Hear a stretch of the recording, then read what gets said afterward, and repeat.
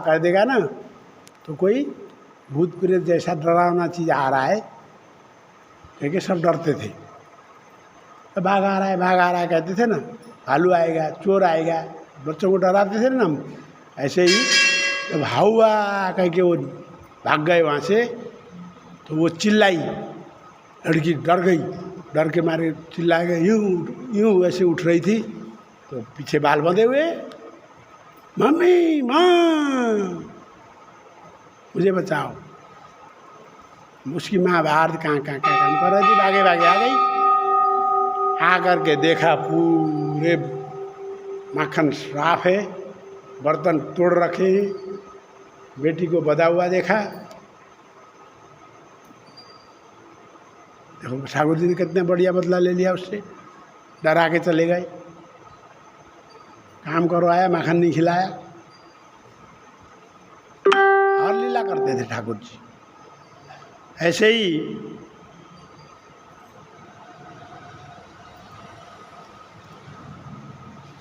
अब वो देख रहा है कि वह आग्रह पूर्वक यशोदा द्वारा पकड़े गए। अब ऐसे ही आग्रह करके, आजा मैं तुझे माखन खिलाऊंगी, आजा मैं तुझे चॉकलेट खिलाऊंगी कह के आग्रह करके पकड़े गए। जो अपने कमल जैसे दोनों हाथों से आँखों के आंसुओं को पोंछते हुए रो रहे। जब पकड़ में आती है तो मारती है यशोदा माँ, तो दोनों कोमल हाथों से आँख पूछते हुए कितने सुंदर लग रहे होते हैं। आहा, निराला रूप। आंसू पोंछते हुए रो रहे, बार बार लंबी सांस लेते हुए कांप रहे, जिनके कंठ में 3 रेखाएं हैं। जैसे हम तिलक लगाते हैं ना, तीन तिलक है ना, ठीक, तो ऐसे ही उनके कंठ में 3 तिलक होते हैं ऐसे। हाँ,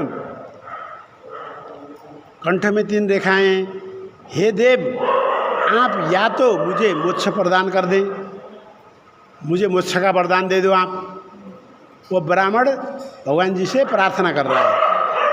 अन्यथा मेरे हृदय में भीतर आपका गोपाल बाल रूप सदैव विराजमान बना रहे।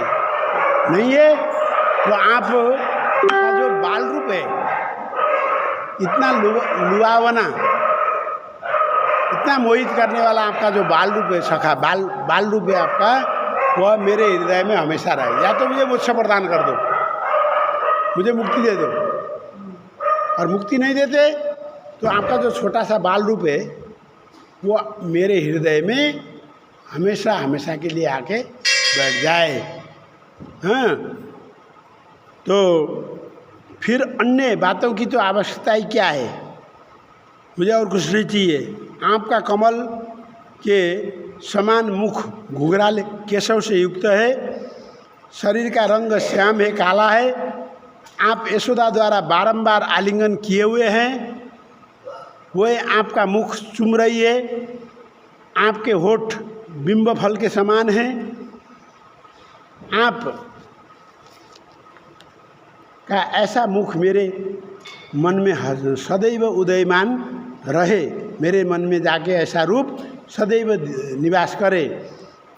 हे देवादिदेव, हे अनंत, हे विष्णु, आप कृपा करके मुझ पर मुझे दुख रूपी समुद्र से डूबते हुए को रक्षा करें।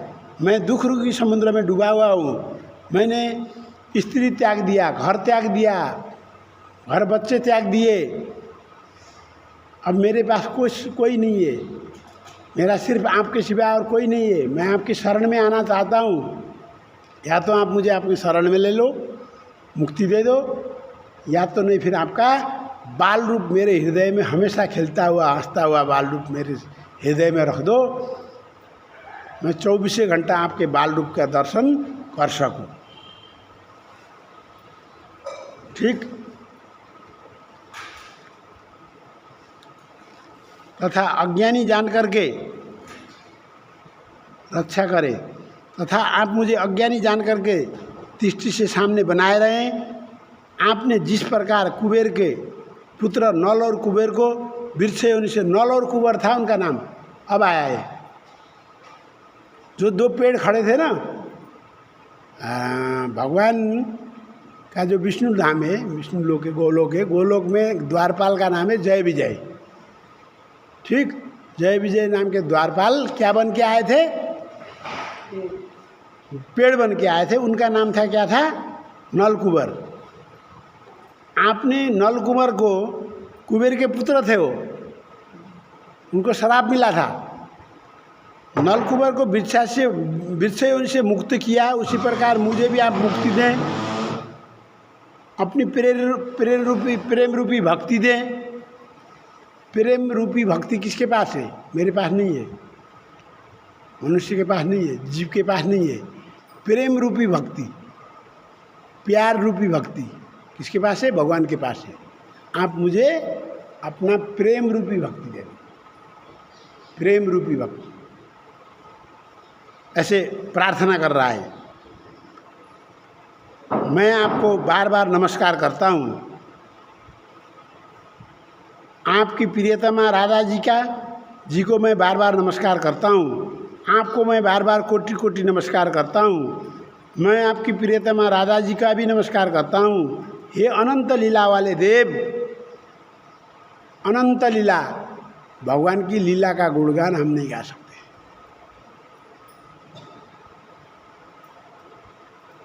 भगवान की लीला का गुणगान हम नहीं गा सकते। बकासुर को मारा, अगासुर को मारा, किसको ने? पूतना को मारा। छठी वाले दिन जब भगवान श्री कृष्ण 6 दिन के थे, छठी वाले दिन इतने बड़ी पूतना को मार दिया। जब पूतना मरी थी, हरिद्वार गए? यहाँ से हरिद्वार गए? हाँ, तो यहाँ से हरिद्वार जितना रास्ता पूरा ढह गई वो। इतना लंबा शरीर बनाई थी उसने, इतना लंबा शरीर था। जैसे वो धड़ाम से गिरी तो इस रास्ते के पेड़ पौधे सब ढह गए। जैसे बड़ा बड़ा बम ब्लास्ट होता है तो कितने कंपन आता है, भूकंप आता है, ऐसे ही जो है सब भूकंप आ गया वहाँ। लोगों ने कहा क्या हो गया ये? जब जा कर के देखा तो पूतना मर गई। किसने मारा? ठाकुर जी ने मारा। और ठाकुर जी कहाँ हैं? पूतना की छाती में कूद रहे थे, खेल रहे थे। यशोदा माँ भागे भागे गई, उठा के ले, हाय राम, इतनी बड़ी राक्षसनी के पास मेरा बेटा कैसे चला गया? हाय, इसको तो नज़र लग गई होगी, ये तो डर गया होगा। गौ माता के पास ले जा करके गौमूत्र के छींटे लगा करके गाय का पूछ लेकर के झाड़ा कर रही है बेचारी। हे गौ माता, बचाओ मेरे बेटे को, डर भगाओ इसका। सुन रहे जी? जब उसे अंतर ज्योति दिखाई नहीं दी, हे अनंत लीला वाले भगवान, नारद जी बोले, सत्य पर ब्राह्मण के स्तोत्रों को सुनकर दामोदर भगवान ने उसके हृदय में अपनी दिव्य ज्योति भर दिया। उस ब्राह्मण के हृदय में भगवान जी ने दिव्य ज्योति भर दी। अब तो 24 घंटा भगवान जी उसके मन में रहने लगे। तभी अचानक ही वहाँ पर राजा का पुत्र धूम्रकेतु जा पहुँचा। वही जो घूम रहा था, भटकते भटकते उस ब्राह्मण के पास में पहुँच गया। वो राजा का बेटा धूम्रकेतु कितना पापी है ना। उसने आश्चर्य के सहित उसने देखा, उधर छुप के सुन रहा था। और जब भगवान जी प्रकट होकर के दिव्य दृष्टि दिया उसको, भगवान जी ने उसको, तो आश्चर्यचकित हो गया। वो शायद विष्णु के पूजा के दृश्य को छिप कर देखा। तब वह भी मिट्टी से भगवान विष्णु की प्रतिमा बना करके अगले दिन से पूजा करने लग गया। लो जी, देखा सीखी बोलते हैं, देखा सीखी। दूसरे का देख करके आडंबर करना, उपहास पूर्वक पूजा करने लगा वो भी। अब उस दुष्ट ने भगवान विष्णु का नाम लेना आरंभ किया। इस प्रकार अत्यंत हास्यजनक कार्य करके ब्राह्मण का वेश धारण किए हुए रात्रि के समय में जब प्रेमपूर्वक वेश्या के घर में सोया तो राज कर्मचारी ने आकर उसे पकड़ लिया। रात को वेश्या के घर जाता था, दिन भर वहाँ बैठ के पूजा करने लगा। तदुपरांत उसे उसके अपराध को जान करके उन्होंने उसे मार डाला।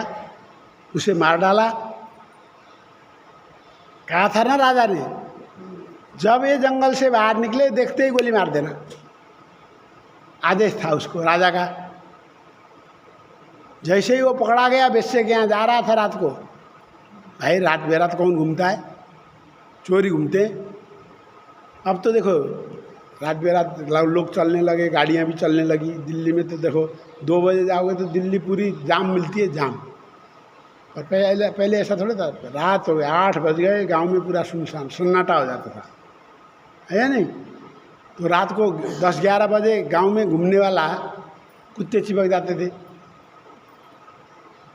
तो राजा के सिपाही भी तो भ्रमण करते हैं पुलिस, तो पुलिस को हाथ लग गया, वो कहाँ जा रहा है, वो मेरा घर वही ये कह रहा है, वेश्या घर को दिखा रहा है वहाँ तो वो तो वेश्या का घर है, तो वेश्या के यहाँ जा रहा है। ले गए वेश्या के सामने करा, तो ऐसी बात है, ये मुझे लाके धन देता है, मेरे साथ जो है आलिंगन करता है, मेरे साथ ऐसे कर्म करता है, और सवेरे उठ करके पता नहीं कहाँ जाता है, शाम को पैसे लेके आता है। वेश्या ने सब बराबर बोल दिया। पुलिस के साथ तो वेश्या की सेटिंग होती है, धंधा करने वालों का तो सेटिंग होता है। तो पुलिस ने उसको पकड़ लिया, पता कर लिया, तो देखा तो उजाले में ला करके देखा तो राजा का बेटा है धूम्रकेशु। अब तो राजा का आदेश मानना पड़ेगा, तुरंत तो गोली मार दी, उसको मार दिया गया। अब भला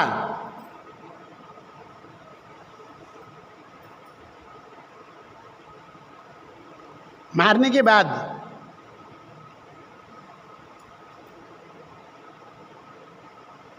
जब यमदूत ने उसे यमराज के पास ले गए, यमराज ने उसे देखा, तो कार्तिक मास में मथुरापुरी में उपहास के रूप में उसके द्वारा किए गए हरिपूजन को जान करके उन्होंने आसन से उठ करके उसका सत्कार किया।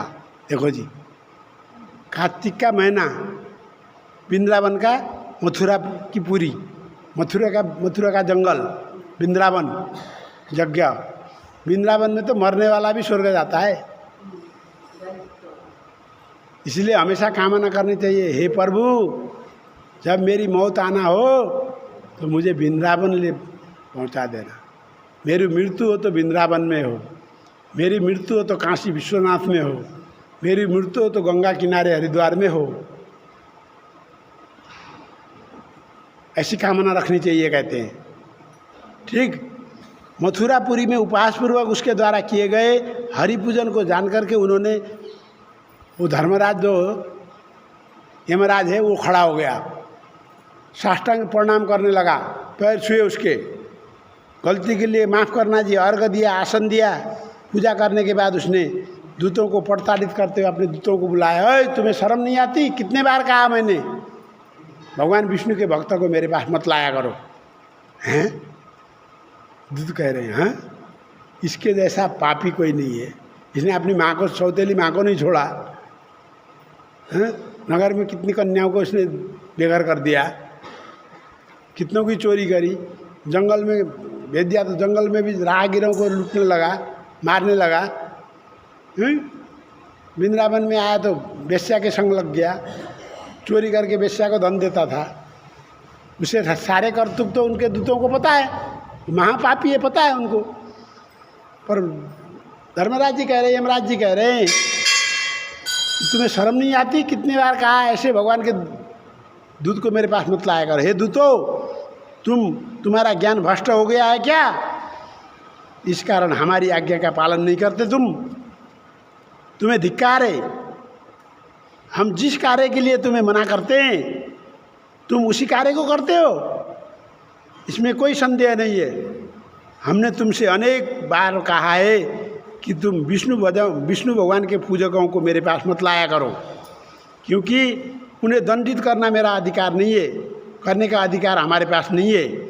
यह कहकर धर्मराज ने धूम्रकेश से कहा, हे धूम्रकेश जी महाराज, बताओ जो उसको पापी को धर्मराज जी हाथ जोड़ करके प्रार्थना करना है, हे धूम्रकेश जी महाराज, तुम्हें बहुत कष्ट हुआ होगा, मथुरा में जाकर के तुमने श्री कृष्ण की पूजा की थी, अतः तुम शुद्ध हो गए हो, तुम्हारा कार्य वैकुंठ में रहने योग्य है, मेरे लोक में आने योग्य तुम नहीं हो। धूम्रकेश ने कहा, हे प्रभु, मैंने तो जीवन भर पापी पाप किए हैं, फिर मैं शुद्ध कैसे हो गया? मुझे वैकुंठ की वास की योग्यता कैसे मिली? आपने मुझसे बड़ी आश्चर्य की बात कही है। भला मैं किस पाप के प्रभाव से सद्गति प्राप्त करूंगा? किस पुण्य के प्रभाव से, मैं कौन सा पुण्य करूं जो मेरी सद्गति हो? तो धर्मराज ने कहा, हे धूम्रकेश, मैं कमल नेत्र श्री नारायण को बार नमस्कार करके तुम्हें धर्म के विषय में बताता हूँ, ध्यान से सुनो। वेद में जो कहा गया है वही धर्म है। धर्म क्या है? धर्म क्या है? वेद में जो अच्छी अच्छी बातें कही गई है वो धर्म है। जो वेद में मना किया गया है, निषेध किया गया है, कथा के टाइम में सोना नहीं चाहिए कहा, तो अगर हम सोएंगे तो क्या होगा? निषेध किया है ना, निषेध किया है और हम सो रहे हैं, इसका मतलब पाप हुआ। ठीक है, झूठ बोलना पाप है कहा है, और फिर हम झूठ बोलेंगे तो क्या होगा? पाप ही होगा। ठीक, जो सत्य बोलता है वो धर्मात्मा है, वो धर्म का पालन करता है, तो सत्य बोलो। फिर असत्य बोलने की, झूठ बोलने की क्या ज़रूरत है? ठीक, एक झूठ को छुपाने के लिए 10 झूठ बोलना पड़ता है, 10 झूठ को छुपाने के लिए 100 झूठ बोलना पड़ता है, 100 झूठ को छुपाने के लिए 1000 झूठ बोलना पड़ता है। एक ही दिन के अंदर 1000 झूठ बोलने पड़ेंगे एक झूठ छुपाने के लिए। तो इसीलिए सत्य का सहारा लो, कोई टेंशन ही नहीं है, फ्री रहो, मनमौजी होके बस बैठे रहो मेरे तरह। मैं भी टेंशन नहीं लेता। क्यों? किसी की बुराई नहीं करना, किसी के बारे में कुछ अंट शंट बोलना ही नहीं है, किसी के घर जाना ही नहीं है। रास्ते में जाता हूँ तो पकड़ते हैं, बुलाते हैं, पंडित जी आ जाओ, थोड़ा सा चाय पी लो। नहीं जी भाभी जी, मैं तो कहीं और कहीं जा रहा था, थोड़ा सा आ जाओ, कदम तो रख दो, एक गिलास पानी तो पी जाओ। चले जाते हैं फिर। ठीक, न किसी की बात करना, हम किसी की बुराई नहीं करते। हो सके तो भगवान का नाम लोग कह देंगे, हरि शरण जपो कहेंगे, बुराई नहीं करते किसी की। तो फिर धर्म 2 प्रकार के, वेद में जो कहा गया है वो धर्म है, जो निषेध किया गया है वो अधर्म है। धर्म 2 प्रकार के, एक प्रवृत्ति मूलक है, एक निवृत्ति पूर्वक। एक मुझे जरूरत के लिए। पंडित जी रोज घर में झगड़े हो रहे। एक मैया जी आके बोली, पंडित जी रोज झगड़े हो रहे, समाधान तो बताओ।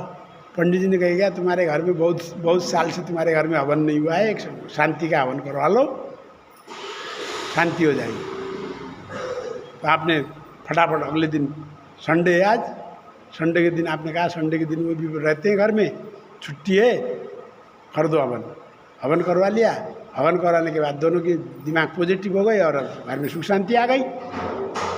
तो आपने अपनी कामना पूर्ति के लिए पूजन किया है, उसको बोलते हैं प्रवृत्ति मूलक। निवृत्ति मूलक है, बस मन कर रहा है हवन करवाने का, कोई कामना नहीं है, करवा दो। हम मंदिर में हवन करते हैं डेली, कामना थोड़ी है। 16-17वां साल हो गया, अब ये 17वां साल है मेरा, 17 साल से करते आ रहे। तो 17 साल में तो कामनाएं तो सारी पूरी हो जानी चाहिए थी। 17 साल तक कितना मांगेगा इंसान, कितनी कामनाएं करेगा? नहीं, फ्री है, कोई कामना नहीं है।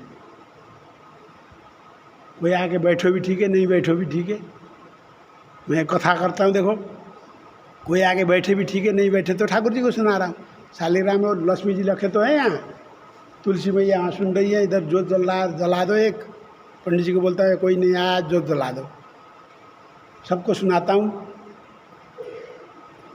पुराण की किताब रखी है, पुराण में साथ साथ श्री कृष्ण भगवान है। उनको सुनाता हूँ, देखो ठाकुर जी मैं कथा सुना रहा हूँ, तुम्हारी कथा तुम्हें ही सुना रहा हूँ, सुन लो, आज किस्मत वाले बन जाओ। मस्त रहना चाहिए, कोई मतलब नहीं। कोई दे रहा है भी ठीक है, नहीं दे रहा है भी ठीक है। अभी हमने ये नहीं कहा तूने इतना क्यों नहीं दिया, नहीं कहा, मजाक कर लेता हूँ मैं उधर। परसों एक बोली, पंडित जी मेरी कान की वो खो गई। चलिए, मेरी दिल्ली में रहती है, क्या बोलते हैं उसको, रोहिणी में, रोहिणी सेक्टर 8 में रहती है। बोली मेरी कान की बाली खो गई, ढूंढ के दो मेरे को, कहाँ बताओ मेरे को कहाँ है। मैंने कहा तूने घर का मकान का मुहूर्त कर लिया? बोली वो तो 1 साल होने वाले, पिछले जुलाई में करा था, नहीं पिछले नवंबर में करा था, 1 साल होने वाले। मैंने कहा आज तो एक ही खोई है, कल दूसरी भी खो जाएगी। 1 साल होने वाले, मेरी दक्षिणा नहीं पहुंचाई, देख तेरा तो खो जाए तो अच्छा है, मैं क्यों ढूंढ के दूं, ऐसे कहा चेली को। वो हंसने लगी। फिर दोनों ले जाते, फिर अकेले एक ही क्यों ले गए, ऐसे बोली वो।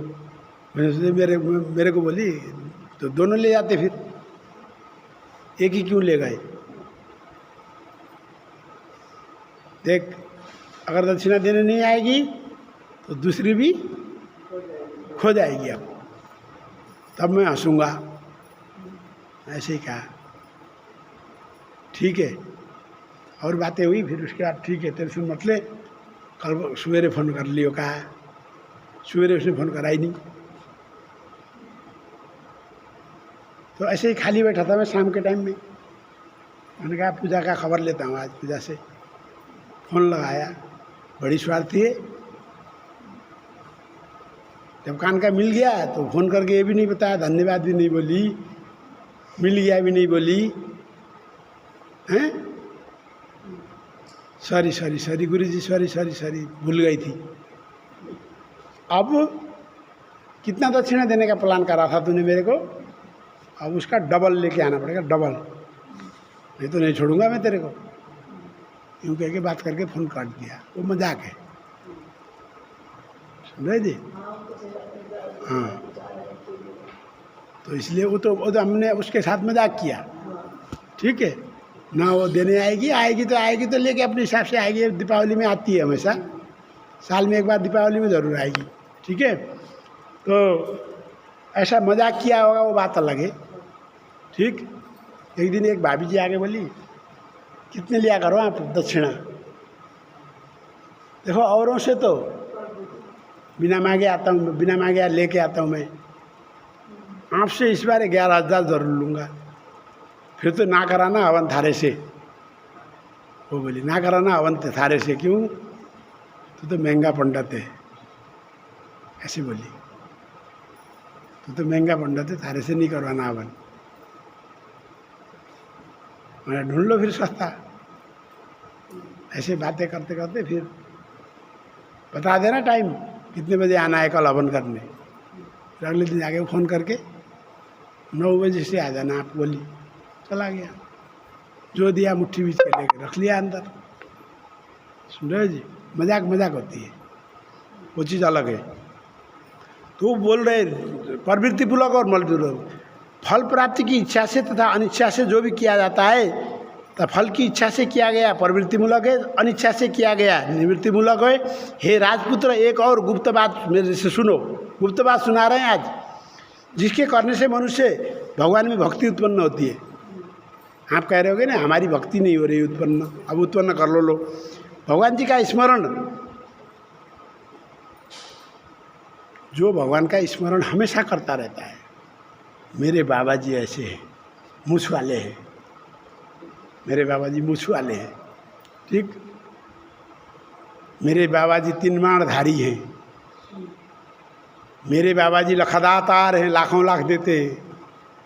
मेरे बाबा जी भक्तों के दुखों को नष्ट करने वाले हैं। मेरे बाबा जी भक्तों के रुकावट को दूर करने वाले, मेरे बाबा जी भक्तों को मनचाहा फल देने वाले।